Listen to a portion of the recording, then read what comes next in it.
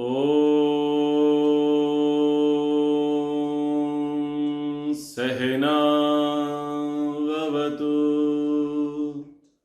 सहनौ भुनक्तु सह वीर्यं करवावहै तेजस्विनावधीतमस्तु मा विद्विषावहै। ॐ शांति शांति शांति। विशुद्ध मनुस्मृति की यह चौथी कक्षा है। जगत उत्पत्ति प्रसंग को अब यहां से आरंभ करते हैं। श्लोक संख्या 5 है। बहुत सारे ऋषि महर्षि मनु जी के पास जाकर के वर्णाश्रम धर्म के विषय में अपनी जिज्ञासा प्रकट करते हैं और महर्षि जी अब उनकी जिज्ञासा का समाधान करते हैं। प्रश्न पूछा गया कि प्रभु आप वर्णाश्रम धर्म को बता देवें, लेकिन आरंभ कहां से किया है? न वर्णों के विषय में बताया, न आश्रमों के विषय में बताया, ना ही अन्य धर्म के विषय में बताया। प्रसंग आरंभ कर रहे हैं मूल से कि पहले आप मूल को समझ लो, मुख्य बात क्या है वो समझ लो, उसके बाद आगे की बातों को समझना। तो मूल बात बता रहे हैं श्लोक संख्या 5 में। आसीद इदम तमो भूतम अप्रज्ञातम अलक्षणम अप्रतर्क्यम अविज्ञेयम पुरुषोत्तम एव सर्वतः। महर्षि मनु जी कहते हैं कि आसीद इदम, सब कुछ पहले कैसा था? इदम, ये जो कुछ दिखाई दे रहा है, ये जो कुछ यानी जो वर्तमान में आपको दिखाई दे रहा है, इदम जो कुछ भी दिखाई दे रहा है, ये सब कैसा था? जो दृश्यमान जगत है, जो भी दिख रहा है, संसार जो कुछ भी आपको दिख रहा है, ये सब कैसा था? बोले तमोभूतम। सृष्टि उत्पत्ति से पूर्व प्रलय काल में तम अर्थात मूल प्रकृति रूप में एवं अंधकार से आच्छादित था।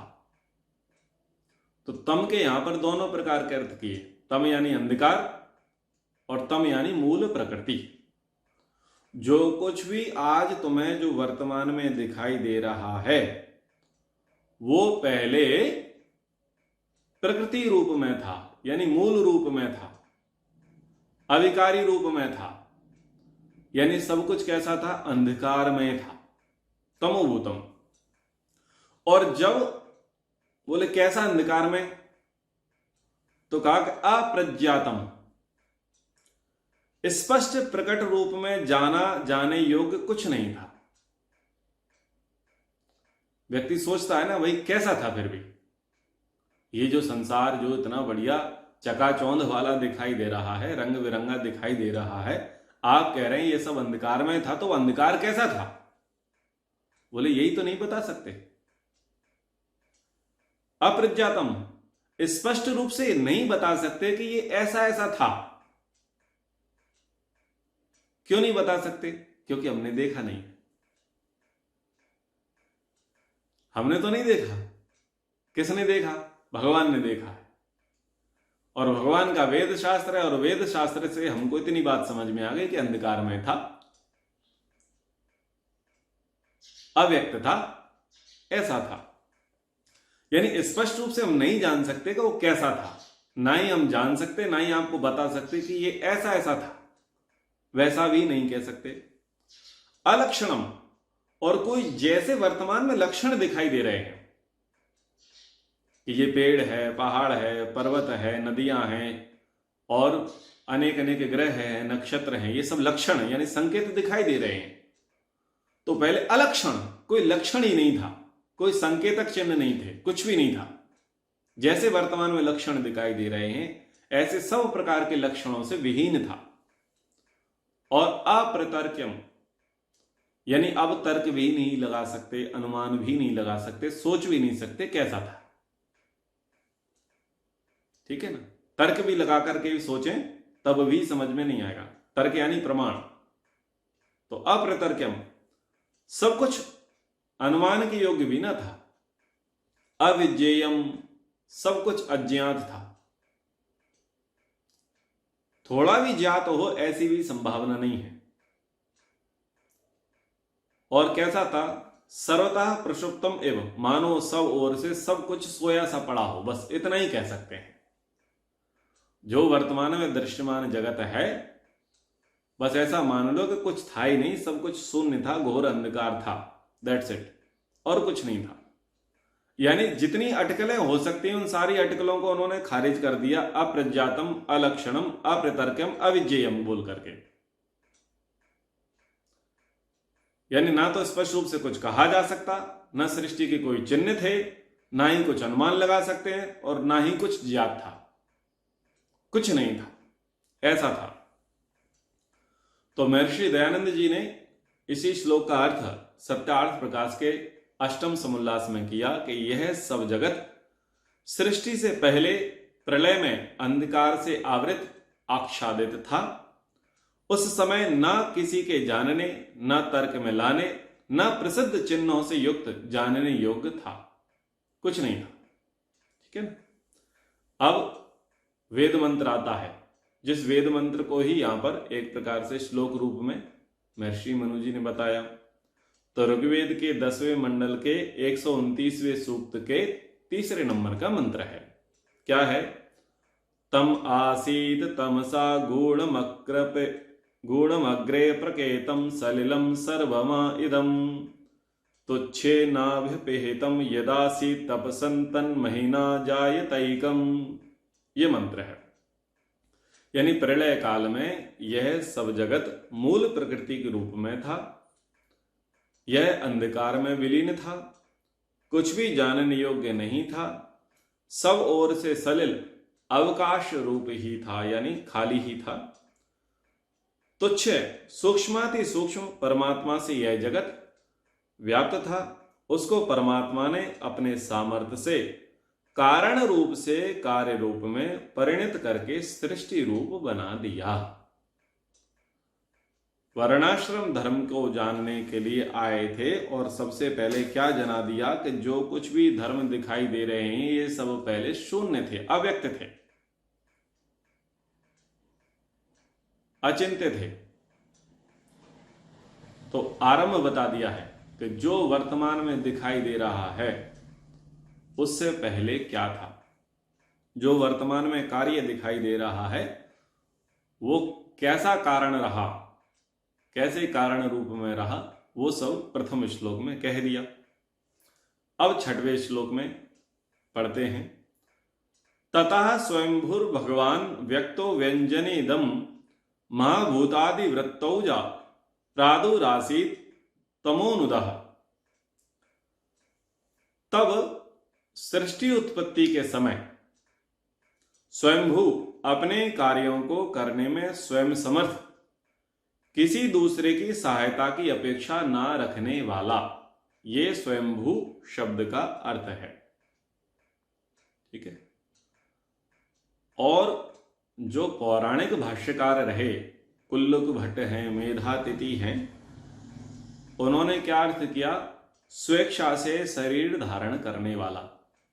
स्वयंभू शब्द का अर्थ किया स्वेच्छा से शरीर धारण करने वाला, यानी जो अपनी मर्जी से शरीर को धारण कर ले। और कैसा धारण कर ले? तो कहते हैं कि कहीं पर तो बोलते हैं कि सूक्ष्म रूप में प्रकट होते हैं और कहीं पर वो बोलते हैं कि स्थूल रूप में प्रकट होते हैं। तो अब थोड़ी सी अवतारवाद की चर्चा कर लें इसी प्रसंग में स्वयंभू शब्द से। यहां पर कुल्लुक भट्ट मेधातिथि स्वयंभू शब्द से कह रहे हैं कि अपनी मर्जी से शरीर को धारण करने वाला। ठीक है। फिर जब उनसे पूछा जाता है कि भाई किस प्रकार का शरीर धारण करता है, तो फिर दाएं बाएं होते हुए बोलते हैं साहब स्थूल शरीर को धारण नहीं करता, मनुष्य के समान सूक्ष्म शरीर को धारण करता है। ठीक है, तो ऐसे दाएं बाएं हो जाते हैं। तो जैसे यजुर्वेद के 40वें अध्याय के 8वें मंत्र में अकायम शब्द आया, अकायम शब्द में क्या लिखा है? स्थूल सूक्ष्म कारण शरीर से रहित है परमात्मा। ईश्वर का ना तो कारण शरीर है, ना ही सूक्ष्म शरीर है, और ना ही स्थूल शरीर है। कारण शरीर यानी सत्वरजतम, सूक्ष्म शरीर यानी जो 17 समुदाय है, सूक्ष्म तत्व है, ज्ञानेन्द्रियां हैं, कर्मेंद्रियां हैं, मन बुद्धि है, अहंकार है, तन्मात्राएं हैं, ये सूक्ष्म शरीर है। तो ये भी नहीं है ईश्वर का, और स्थूल शरीर भी नहीं है, पांच भौतिक, वह भी नहीं है। अब ये स्वयंभू शब्द का अर्थ कर देते हैं कि स्वेच्छा से शरीर धारण करने वाला। लेकिन पुराण उठा करके देख लो, सारे पुराण ये कहते हैं कि स्वेच्छा से शरीर धारण नहीं किया, बल्कि पनिशमेंट मिला है। जितने भी अवतारों को पढ़ेंगे तो क्या समझ में आएगा कि उनको पनिशमेंट मिला है। पनिशमेंट यानी श्राप, श्राप के कारण से शरीर धारण करने पड़े हैं। तो शरीर धारण करना पड़ा, एक व्यक्ति सुपीरियर हो, देवत्व की श्रेणी को प्राप्त हो और भगवान की श्रेणी को प्राप्त हो, और उसको अगर मनुष्य की शरीर लेना पड़ जाए तो इसको प्रमोशन बोलेंगे, डिमोशन? डिमोशन बोलेंगे ना। तो डिमोशन हुआ, डिमोशन करने वाला कौन था? पावरफुल कौन ज्यादा माना जाएगा? जिसका डिमोशन हुआ वो ज्यादा पावरफुल है, या जिसने डिमोशन करा दिया वो ज्यादा पावरफुल है? समझते चलना। अब जितने लोगों ने डिमोशन कराया वो सब मनुष्य की श्रेणी में आते हैं, और जितने लोगों का डिमोशन हुआ वो सब भगवान की श्रेणी में आते हैं। है ना विचित्र बात? लेकिन जब ये बातें कहेंगे तो फिर बोलेंगे भगत के वश में है भगवान। मतलब बस ऐसे बचने का वो रास्ता ढूंढ लेंगे।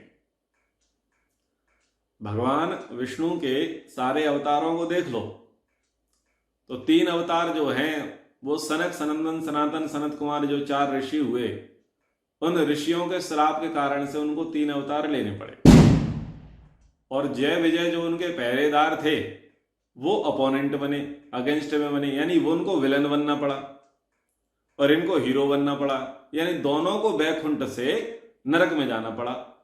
कहां? नरक का अर्थ क्या है? मर्त्यलोक। मर्त्यलोक में उन्हें जाना पड़ा।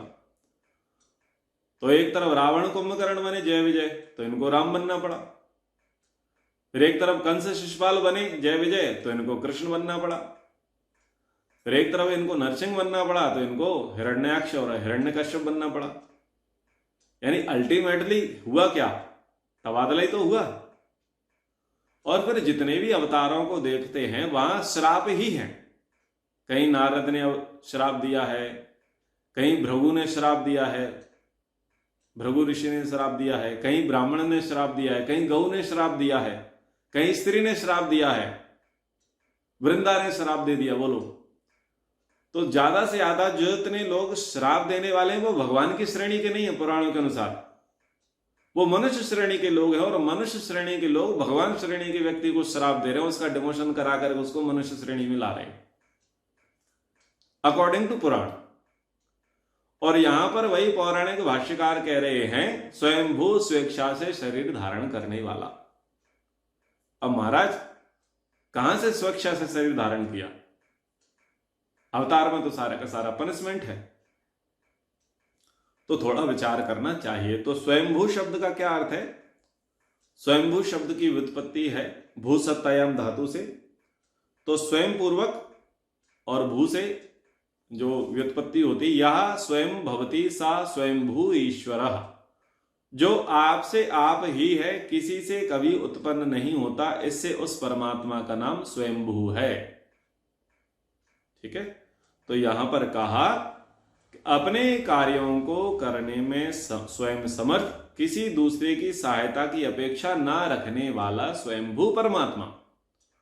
और यही व्याख्या किसमें घटती है? सर्वशक्तिमान में। ईश्वर सर्वशक्तिमान है, अपना कार्य करने में समर्थ है, किसी दूसरे की सहायता की अपेक्षा नहीं रखता।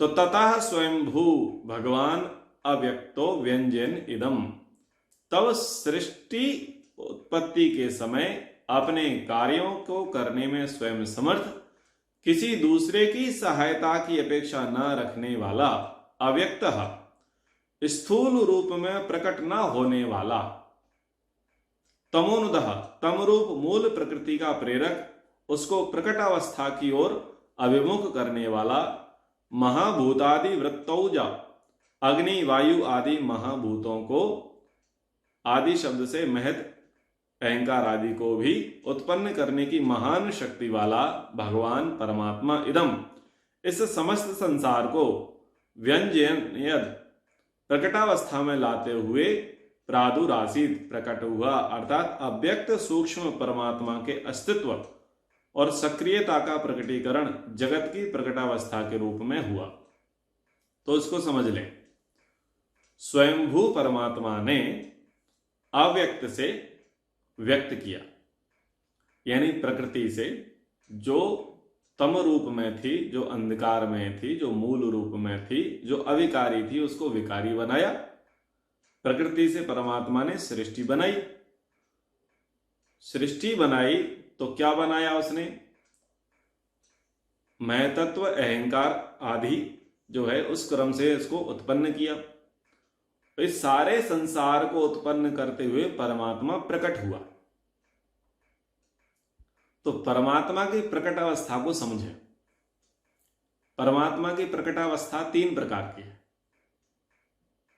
ठीक है।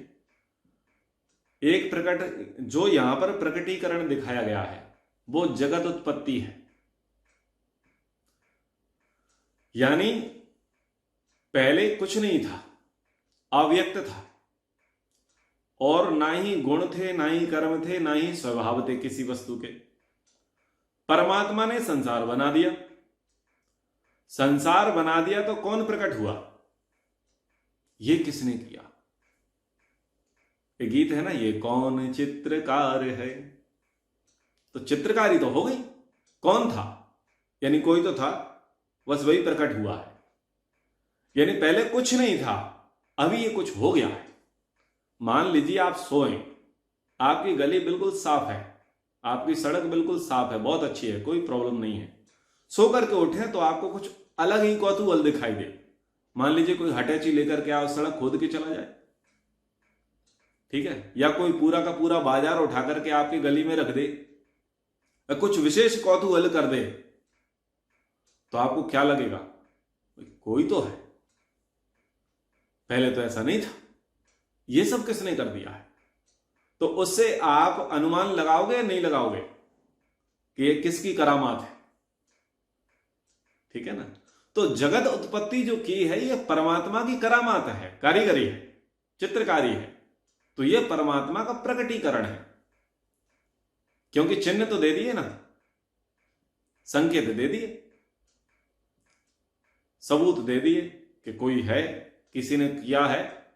तो करने वाला जो है, यानी करने वाला है तभी तो ये हुआ है, इसलिए इसको क्या कहा? प्रकटीकरण। चलो, आपको पता है कि मैं आपको महाभारत तो पढ़ा ही चुका हूं, तो एक प्रसंग समझाता हूं आपको। 12 वर्ष हो गए थे और पांडवों का कुछ अता पता नहीं लगा। अता पता नहीं लगा तो कौरव चाह रहे थे कि भाई इनको एक्सपोज करो, इनका पता करो।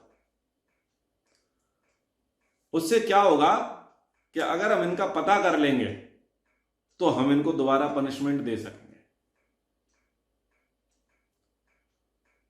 तो कि कैसे पता किया जाए? बोले कि जिस राज्य में महाराज युधिष्ठिर होंगे उस राज्य में वेद मंत्रों की ऋचाएं गूंज रही होंगी, स्वाहाकार की गुंजायमान हो रहा होगा, गाय जो है पर्याप्त दूध देती होंगी, 16 शेर 16 किलो दूध देती होंगी, ठीक है।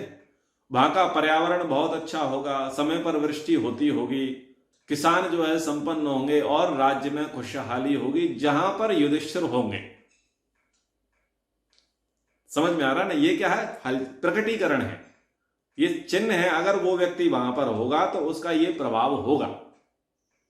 तो जहां जहां ऐसे लक्षण दिखाई दे वहां वहां समझ लेना कि युधिष्ठिर है, जिस राज्य में ऐसे लक्षण दिखाई दे। तो इसको कहते हैं प्रकटीकरण। यानी व्यक्ति की उपस्थिति कैसे पता चलेगी?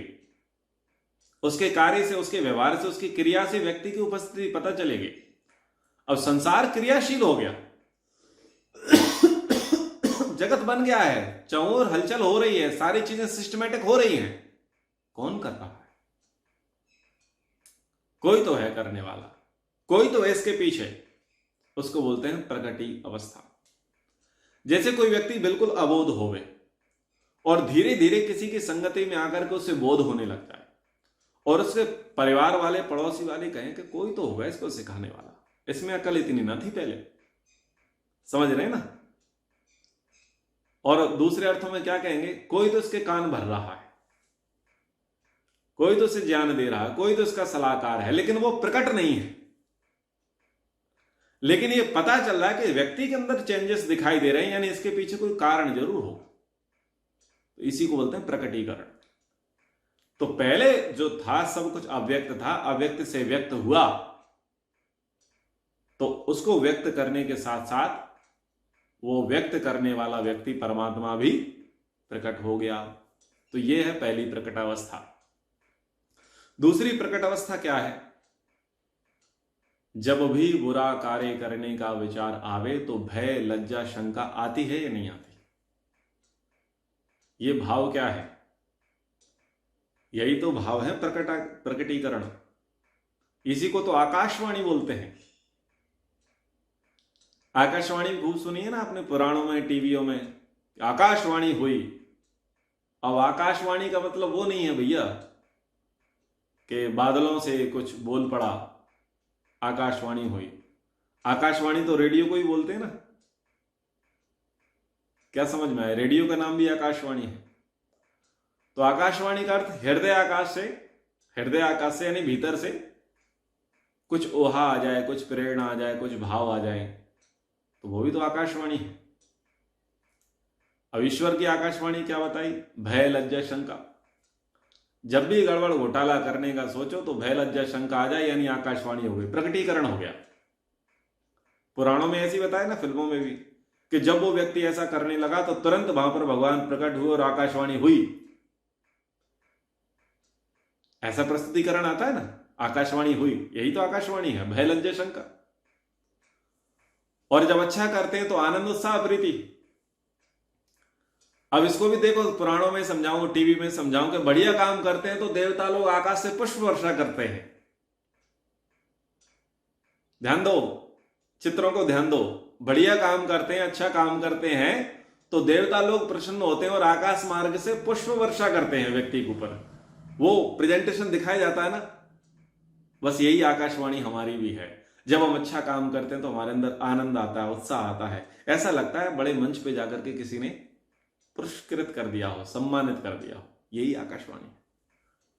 तो ये परमात्मा का दूसरा प्रकटी अवस्था है। और तीसरा क्या है? समाधि। जो वास्तविक प्रकटी अवस्था है वो क्या है? समाधि। ये तो सब अनुमान थे।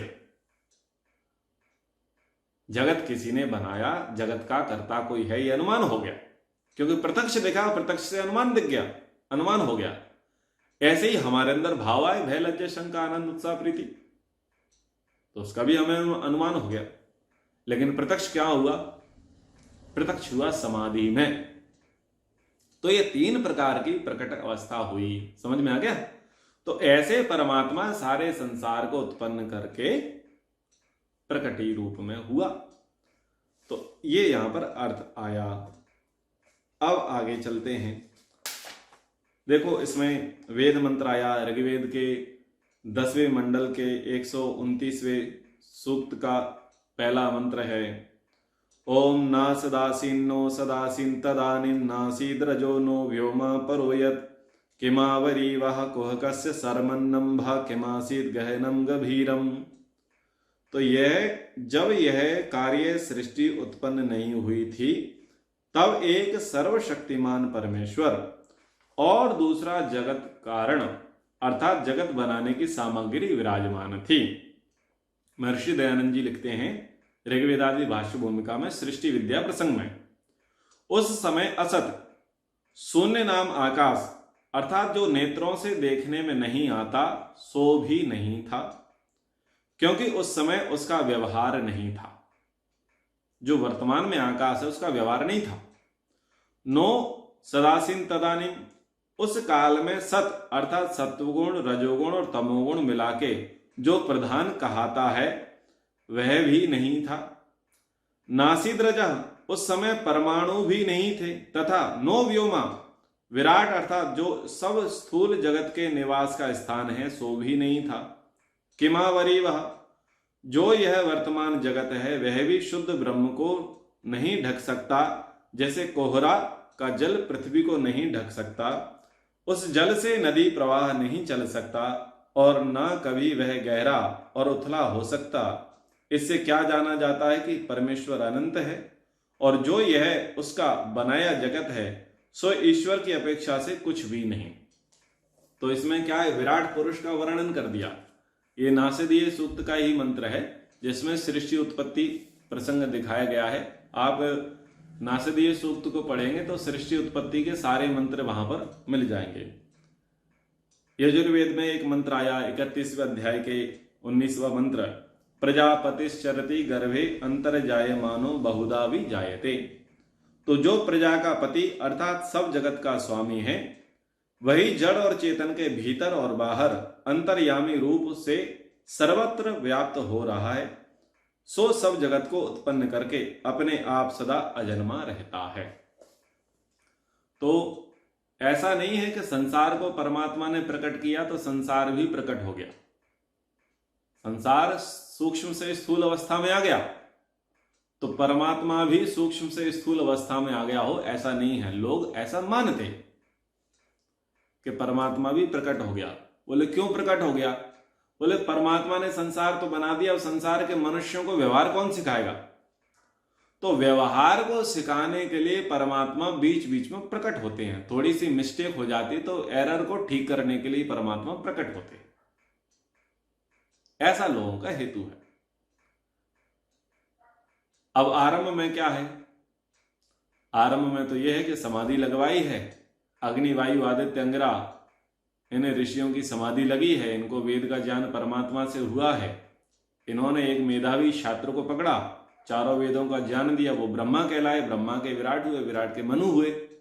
ऐसे वो सारा प्रसंग चल पड़ा और वेद में सारी बातें बताई दी। ठीक है ना?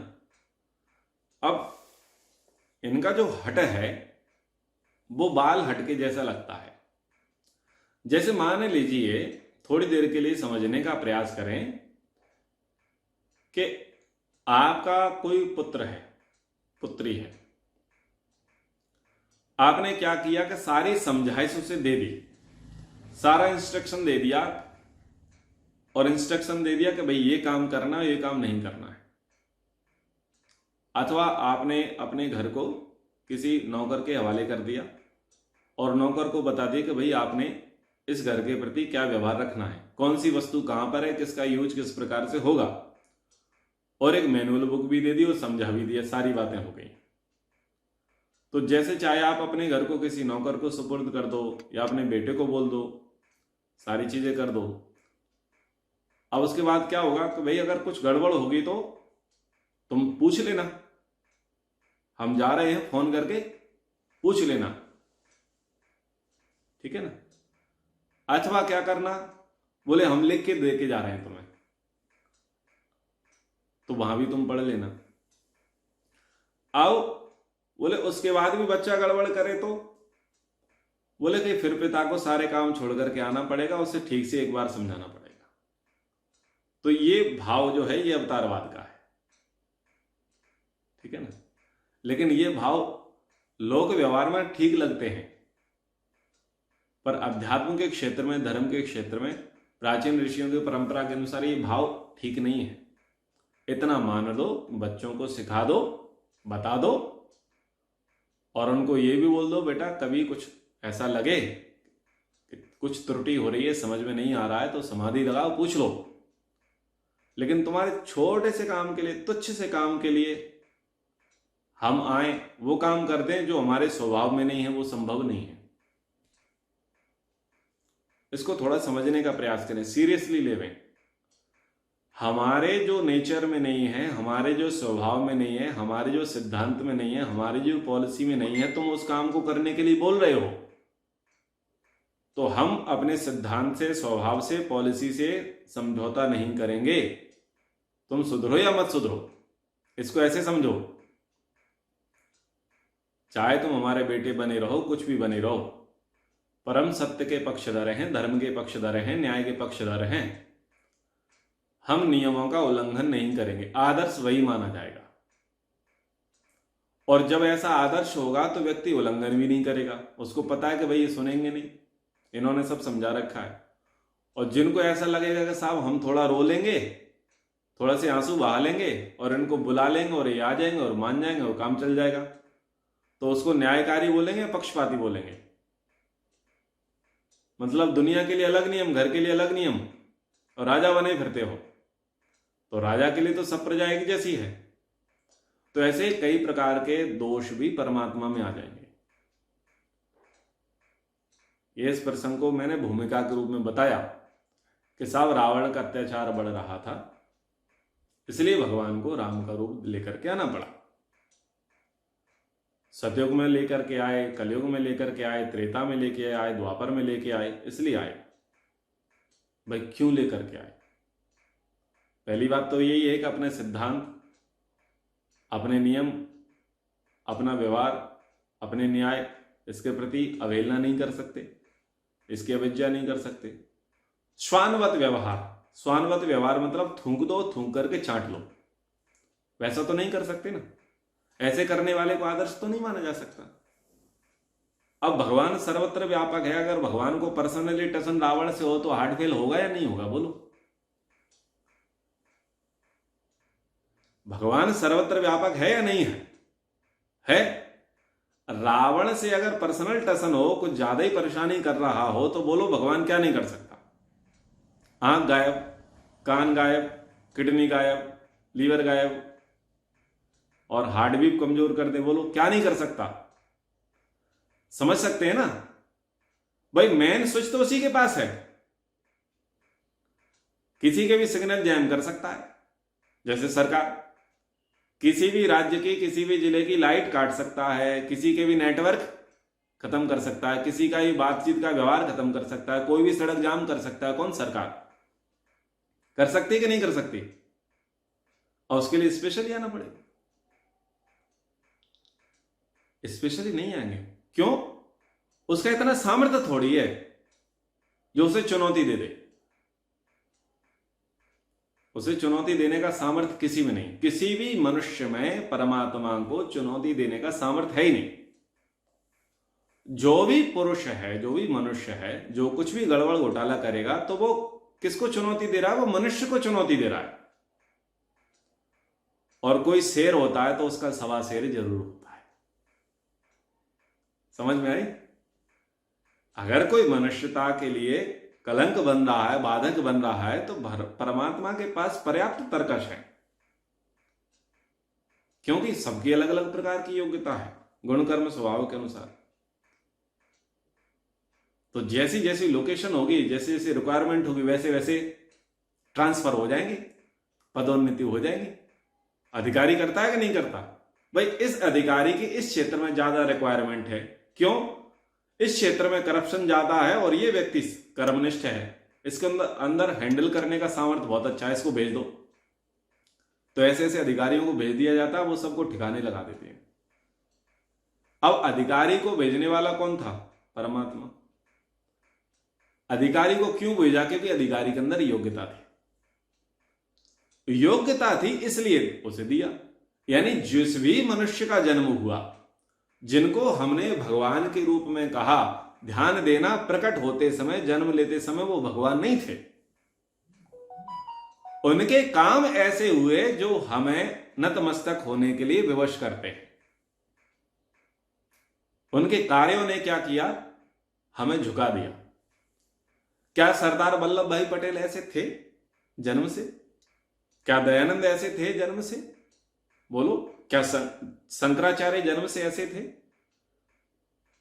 जिस भी ऋषि को, सन्यासी को, धर्म प्रचारक को, क्रांतिकारी को या जिनको भगवान संज्ञा दी जाती है, क्या वो बचपन में वैसा था?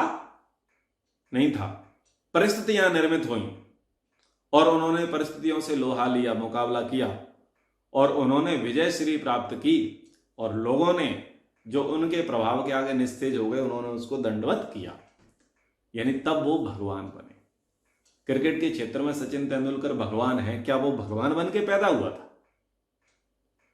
भगवान बन के पैदा नहीं हुआ। एक्टिंग के क्षेत्र में दिलीप कुमार, अमिताभ बच्चन, ये जो लोग रहे, राजेश खन्ना, इनको भी भगवान कहा, तो क्या ये भगवान बन के पैदा हुए? ना, इनकी करामात ऐसी रही। कंठ कोकिला लता मंगेशकर को कहा गया, तो क्या जन्म से ऐसा कंठ लेकर के आए? क्या वो जन्म से ही गा रही थी? क्या पहले ही उनकी भविष्यवाणी हुई? कुछ नहीं, उन्होंने किया, उन्होंने अपने कृतित्व में दिखाया, अपने व्यक्तित्व में दिखाया, तो लोग उनके प्रभाव के आगे निस्तेज हो गए और उन्होंने दंडवत कर लिया। ऐसे समझना चाहिए। समझोगे तो चीजें बहुत अच्छी तरीके से समझ में आ जाएंगी और नहीं समझोगे तो कुछ भी समझ में नहीं आएगी। अब 7वें सूत्र को, श्लोक को अगली कक्षा में समझेंगे। समय बहुत हो गया है, समय के अनुसार कक्षा को विराम करते हैं। ओ